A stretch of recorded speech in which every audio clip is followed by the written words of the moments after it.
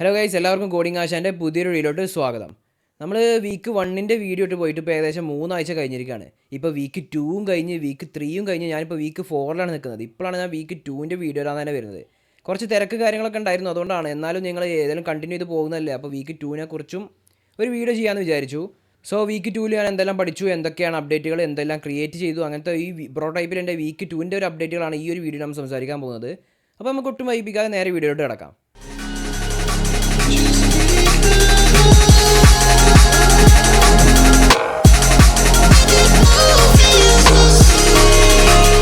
So week 1ൻ്റെ വീഡിയോക്ക് അത്യാവശ്യം നല്ല രീതിക്കുള്ള റെസ്പോൺസ് തന്നെ നിങ്ങൾ തന്നിട്ടുണ്ട്. അപ്പോൾ അതുപോലത്തെ റെസ്പോൺസ് ഞാൻ ഈ ഒരു വീക്ക് 2ൻ്റെ വീഡിയോക്കും പ്രതീക്ഷിക്കുന്നുണ്ട്. സോ വീക്ക് 2ൻ്റെ വീഡിയോ എന്ന് പറയുന്നത് അത്ര വലിയൊരു വീഡിയോ ആയിട്ട് ചെയ്യാൻ ഞാൻ ഉദ്ദേശിക്കുന്നില്ല. കാരണം വീക്ക് 2ൽ അത്ര വലിയ വീക്ക് 1ഉം 2 അത്ര വലിയൊരു വീക്സ് ആയിട്ട് എനിക്ക് തോന്നിയിട്ടില്ല. പക്ഷേ വീക്ക് 3 എനിക്ക് കുറച്ച് ചലഞ്ചിങ് ആയിട്ടുള്ള വീക്കായിരുന്നു. അപ്പോൾ വീക്ക് 3നെ കുറിച്ച് നല്ല രീതിക്കുള്ളൊരു പ്രോഗ്രസ് വീഡിയോ എന്നതിനപ്പുറത്തേക്ക് കുറച്ച് വീക്ക് 3ൽ എന്തെല്ലാം ചെയ്യാം, എന്തെല്ലൊക്കെ നമുക്ക് ചെയ്യണം എന്നുള്ളതിനെ കുറിച്ചൊരു വീഡിയോ നമ്മൾ എന്തായാലും വീക്ക് 3ൻ്റെ ബേസിസിൽ ചെയ്യുന്നതാണ്. സോ വീക്ക് 2നെ കുറിച്ച് പറയുകയാണെന്ന് വെച്ചാൽ സാധാരണഗതിയിൽ എല്ലാ വീക്കിലുള്ള പോലത്തെ കുറച്ച് ടാസ്ക്കുകൾ, അതായത് ടൈപ്പിംഗ് ഇമ്പ്രൂവ് ചെയ്യാൻ വേണ്ടിയിട്ട് ടൈപ്പിംഗ് ക്ലബ്ബിലുള്ള ഒരു ടൈപ്പിംഗ് ടാസ്ക്. അപ്പോൾ അതൊക്കെ വീക്ക് 1ൻ്റെ വീഡിയോയിൽ എക്സ്പ്ലെയിൻ ചെയ്തിട്ടുണ്ട്. അപ്പോൾ വീക്ക് 1ൻ്റെ വീഡിയോ നിങ്ങൾ കണ്ടില്ലെങ്കിൽ ഇവിടെ പോയി കഴിഞ്ഞാൽ നിങ്ങൾക്ക് വീക്ക് 1ൻ്റെ വീഡിയോ കിട്ടുന്നതാണ്. അപ്പോൾ വീക്ക് 1ൽ ഞാൻ അത്യാവശ്യം കാര്യങ്ങളൊക്കെ എക്സ്പ്ലെയിൻ ചെയ്തിട്ടുണ്ട്. അതായത് ഈ ഒരു മിസ്ലീനിയസ് ടാസ്ക്കുകൾ, അങ്ങനത്തെ പേഴ്സണൽ വർക്കൗട്ട് ടാസ്ക്കുകളൊക്കെ ഒരു വീക്ക് 1ൽ തന്നെ നമ്മൾ എക്സ്പ്ലെയിൻ ചെയ്തിട്ടുണ്ട്. എന്നിരുന്നാൽ കൂടി ഒന്നുകൂടി പറഞ്ഞു പോവാം. ടൈപ്പിംഗ് ടാസ്ക്, പിന്നെ യൂട്യൂബ് ടാസ്ക്കുകൾ, പിന്നെ പേഴ്സണൽ ഡെവലപ്മെൻറ്റ് ടാസ്ക്കുകൾ, ഇതൊക്കെയാണ് ഒരു ആവറേജ് എല്ലാ വീക്കിലും കണ്ടുവരുന്ന ടാസ്ക്കുകൾ എന്ന് പറയുന്നത്. അപ്പോൾ അത് ഓരോ വീക്കിലും റിപ്പീറ്റഡ് ഡിഫറെൻറ്റ് ചില വ്യത്യാസങ്ങൾ ഉണ്ടാവും തന്നെ ഉള്ളൂ. ബാക്കിയൊക്കെ ഏകദേശം സെയിം ആണ്. പിന്നെ മെയിനായിട്ട് വീക്ക് 2ൽ പറയാനുള്ളത് എന്താ വെച്ചാൽ വീക്ക് 2ൽ ടെക്നിക്കൽ ടാസ്ക്കുകളാണ്. നമ്മൾ വീക്ക് 1ൽ നമ്മൾ 2 വെബ്സൈറ്റുകൾ, 2 പബ്ലിക് വെബ്സൈറ്റുകൾ ക്ലോൺ ചെയ്തിട്ടുണ്ടായിരുന്നു.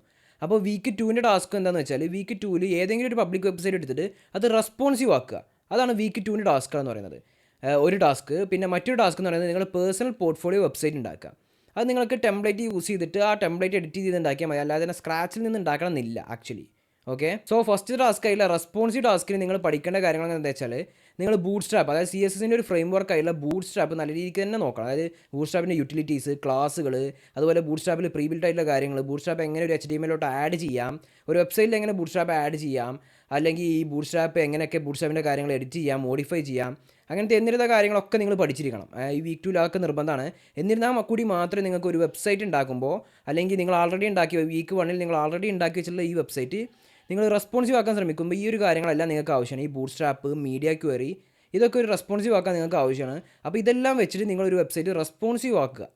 അപ്പോൾ റെസ്പോൺസീവ് എന്ന് പറഞ്ഞാൽ എന്താണെന്ന് വെച്ചാൽ നിങ്ങൾ മൾട്ടിപ്പിൾ ഡിവൈസ്, അതായത് മൾട്ടിപ്പിൾ സ്ക്രീൻ സൈസുള്ള ഡിവൈസുകൾ, laptop, phone, tablet, TV screen, ഇതിലൊക്കെ ആപ്റ്റായിട്ടുള്ള ഒരു സ്ക്രീൻ സൈസ് നിങ്ങളുടെ വെബ്സൈറ്റ് വരണം. അതായത് നിങ്ങൾ ലാപ്ടോപ്പ് സ്ക്രീനിലിടുമ്പോൾ ഒരു സൈസ്, അത് നേരെ ഫോണിൻ്റെ സ്ക്രീനിലാക്കുമ്പോൾ ആ ലാപ്ടോപ്പിൻ്റെ സൈസിൽ ആ ഒരു വലിയ സൈസിലായി കഴിഞ്ഞാൽ രസം ഉണ്ടാവില്ലല്ലോ.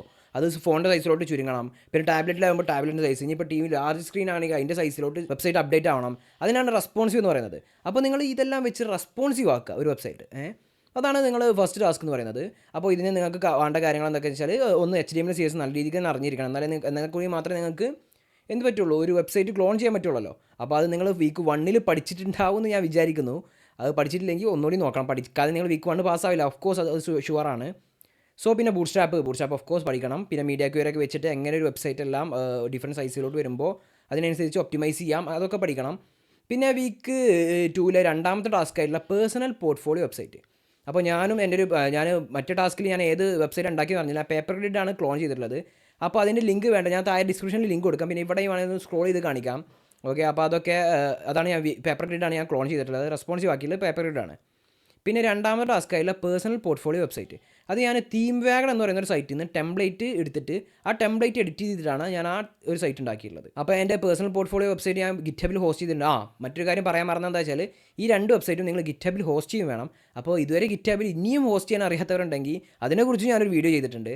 അതും നിങ്ങൾ മറക്കാതെ പോയി കാണണം, എങ്ങനെ ഗിറ്റ്ഹബിൽ ഹോസ്റ്റ് ചെയ്യുക എന്നുള്ള സിമ്പിളായിട്ടുള്ള വീഡിയോ ആണ്. അതിനെക്കുറിച്ച് ഞാൻ ഷോർട്സ് ഇട്ടിട്ടുണ്ട്. അപ്പോൾ അതും മറക്കാതെ പോയി കാണുകയാണെന്ന് വെച്ചാൽ നിങ്ങൾക്ക് ഗിറ്റ്ഹബിൽ ഹോസ്റ്റ് ചെയ്യേണ്ടതും ഒരു റെപ്പോസിറ്ററി എങ്ങനെ ഹാൻഡിൽ ചെയ്യേണ്ടതെന്നുള്ളൊരു ക്ലിയർ കട്ട് ഐഡിയ നിങ്ങൾക്ക് ആ ഒരു വീഡിയോസിൽ നിന്ന് കിട്ടുന്നതാണ്. പിന്നെ പേഴ്സണൽ പോർട്ട്ഫോളിയോ വെബ്സൈറ്റിൻ്റെ കാര്യത്തിലോട്ട് വരികയാണെങ്കിൽ 6 പേജുള്ള ഒരു പേഴ്സണൽ പോർട്ട്ഫോളിയോ വെബ്സൈറ്റ് ആവണം. ഒരു 4 ആളെ കാണിക്കാൻ പറ്റിയൊരു വെബ്സൈറ്റ് ആയിരിക്കണം. ഇതാണ് അവർ പറയുന്ന കാര്യം എന്ന് പറയുന്നത്.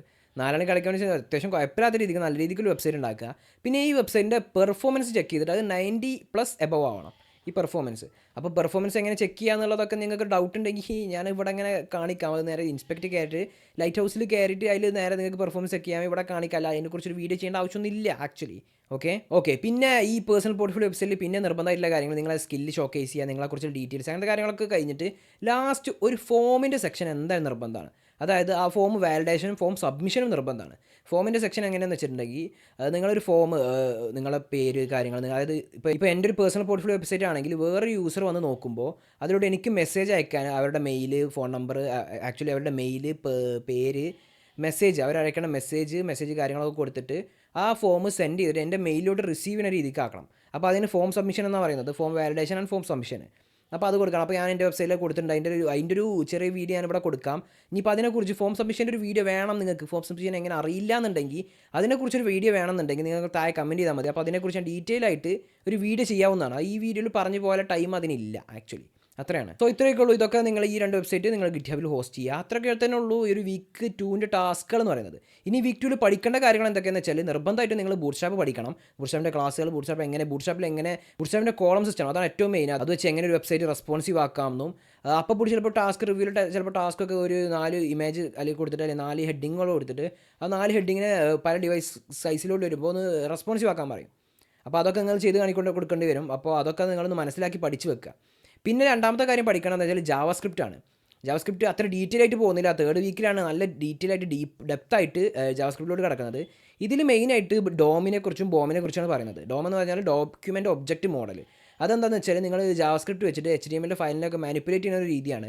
അപ്പോൾ അതിനെക്കുറിച്ചൊക്കെ നിങ്ങൾ ഡീറ്റെയിൽ ആയിട്ട് മനസ്സിലാക്കുക. അപ്പോൾ ഞാൻ ഇതിനൊക്കെ ഇപ്പോൾ ഞാൻ ഈ ബൂട്ട്സ്ട്രാപ്പും അതുപോലെ ജാവാസ്ക്രിപ്റ്റൊക്കെ പഠിക്കാൻ യൂസ് ചെയ്തതെന്ന് പറഞ്ഞത് ഒന്ന് ജാവാസ്ക്രിപ്റ്റിൻ്റെയും ബൂട്ട്സ്ട്രാപ്പിൻ്റെയൊക്കെ ഡോക്യുമെൻറ്റ്സ് യൂസ് ചെയ്തിരുന്നു. അത് മാത്രമല്ല അത് രണ്ടിൻ്റെ വെബ്സൈറ്റിൽ നിന്ന് അത്യാവശ്യം കാര്യങ്ങളൊക്കെ പറയുന്നുണ്ട്. അത് മാത്രമല്ലാതെ പ്രോട്ടോടൈപ്പിൻ്റെ വീഡിയോസും അതുപോലെ ടെക് മീഡിയൻ്റെ വീഡിയോസും ഞാൻ യൂസ് ചെയ്യും. അത് നല്ല രീതിക്കുള്ള ഹെൽപ്ഫുൾ ആയിരുന്നു. അപ്പോൾ അതിൻ്റെ പ്ലേ ലിസ്റ്റ് ഞാൻ താഴെ ഡിസ്ക്രിപ്ഷനിൽ കൊടുക്കാം. വളരെ യൂസ്ഫുൾ ആയിട്ടുള്ള 2 വീഡിയോസാണ് പ്രോട്ടോടൈപ്പിൻ്റെയും ടെക് മീഡിയൻ്റെയും. അപ്പോൾ അത് നിങ്ങൾ മറക്കാതെ പോയി കാണുക. അത് കണ്ടാൽ നിങ്ങൾക്ക് ഒരു ഐഡിയ കിട്ടും എങ്ങനെയൊക്കെയാണ് ജാവാസ്ക്രിപ്റ്റിൻ്റെ ക്വസ്റ്റ്യൻസ് വരുന്നതെന്നും എങ്ങനെയാണ് ജാവാസ്ക്രിപ്റ്റിൻ്റെ ഡോം വർക്ക് ചെയ്യുന്നതെന്നും അതിൻ്റെ കുറച്ച് ഐഡിയാസ് കിട്ടും. അപ്പോൾ ഇത്രയൊക്കെയാണ് വീക്ക് 2 എന്ന് പറയുന്നത്. ഞാൻ കൂടുതലായിട്ട് ഡെപ്തിലോട്ട് പോകുന്നില്ല. പിന്നെ വീക്ക് 2 കുറച്ച് കാര്യങ്ങളൊക്കെ നടന്നിട്ടുണ്ട്. അതായത് പബ്ലിക് സ്പീക്കിംഗ് അങ്ങനത്തെ കാര്യങ്ങൾ നടന്നിട്ടുണ്ട് വീക്ക് 2. അവിടെ പ്രോട്ടോടൈപ്പിൽ ഹബിലാണ് ഞാൻ പറയുന്നത്. പിന്നെ എല്ലാ ദിവസവും കമ്മ്യൂണിക്കേഷൻ ക്ലാസ്സുകളുണ്ടാവും, കമ്മ്യൂണിക്കേഷൻ സെഷൻസ് ഉണ്ടാവും. അപ്പോൾ ഇത്രയൊക്കെയാണ് വീക്ക് 2 എന്ന് പറയുന്നത്. ഇത് അത്ര വലിയ വീക്കൊന്നായിട്ട് കരുതണ്ട, അത്ര വലിയ പേടിയും പേടിക്കണം. നിങ്ങൾ സിമ്പിളായിട്ട് നല്ല രീതിക്ക് പഠിച്ച് പോയി അറ്റൻഡ് ചെയ്താൽ ഷുവറായിട്ട് നിങ്ങൾക്ക് പാസ്സാവാൻ സാധിക്കുന്നതാണ് ഈ വീക്ക്. അപ്പോൾ ഇത്രയും പറഞ്ഞുകൊണ്ട് ഞാൻ ഈ വീഡിയോ അവസാനിപ്പിക്കുകയാണ്. വീക്ക് 3ൻ്റെ വീഡിയോ ഉടൻ തന്നെ വരുന്നതാണ്. കാരണം വീക്ക് 3 ഓൾറെഡി കഴിഞ്ഞിട്ട് ഞാൻ ഇന്ന് തന്നെ ചിലപ്പോൾ റെക്കോർഡ് ചെയ്തതാണ്. വീക്ക് 3ൻ്റെ വീഡിയോ ഉടൻ തന്നെ ഇടുന്നതാണ്. അപ്പോൾ വീക്ക് 3ൻ്റെ വീഡിയോ എല്ലാവരും മറക്കാതെ തന്നെ പോയി കാണണം. കാരണം അതാണ് നമ്മൾ ഈ ഒരു 3 വീക്കിൽ എടുത്ത് നോക്കുകയാണെന്ന് വെച്ചാൽ വീക്ക് 3 ആണ് ഏറ്റവും ഇമ്പോർട്ടൻറ്റ്. കാരണം പുതിയ പ്രോഗ്രാമിംഗ് ലാംഗ്വേജ് പഠിക്കുകയാണല്ലോ. അപ്പോൾ അതിൻ്റെ വീഡിയോ ഷുവർ നിങ്ങൾക്ക് പെട്ടെന്ന് ലഭിക്കുന്നതാണ്. അത് പെട്ടെന്ന് ലഭിക്കാൻ വേണ്ടിയിട്ട് നിങ്ങൾ ഈ ഒരു ചാനൽ സബ്സ്ക്രൈബ് ചെയ്യുക, ബെല്ലൈക്കൺ നിൽക്കുക. എന്നാൽ മാത്രമേ ആ വീഡിയോ നിങ്ങൾക്ക് നോട്ടിഫിക്കേഷൻ മുഖാന്തരം ലഭിക്കുകയുള്ളൂ. അപ്പോൾ ഈ വീഡിയോ നിങ്ങൾക്ക് ഇഷ്ടപ്പെട്ടിട്ടുണ്ടെങ്കിൽ ഈ വീഡിയോ ലൈക്ക് ചെയ്യുക, കമൻറ്റ് ചെയ്യുക. എന്തൊക്കെ കാര്യങ്ങളാണ് ഇനി എൻ്റെ നിന്ന് പ്രതീക്ഷിക്കുന്നുണ്ടെങ്കിൽ അതൊക്കെ കമൻറ്റ് ചെയ്ത് ചോദിക്കുക. ഇത്രയും പറഞ്ഞുകൊണ്ട് നമ്മൾ ഈ ഒരു വീഡിയോയുടെ അവസാനിപ്പിക്കുകയാണ്. Thank you.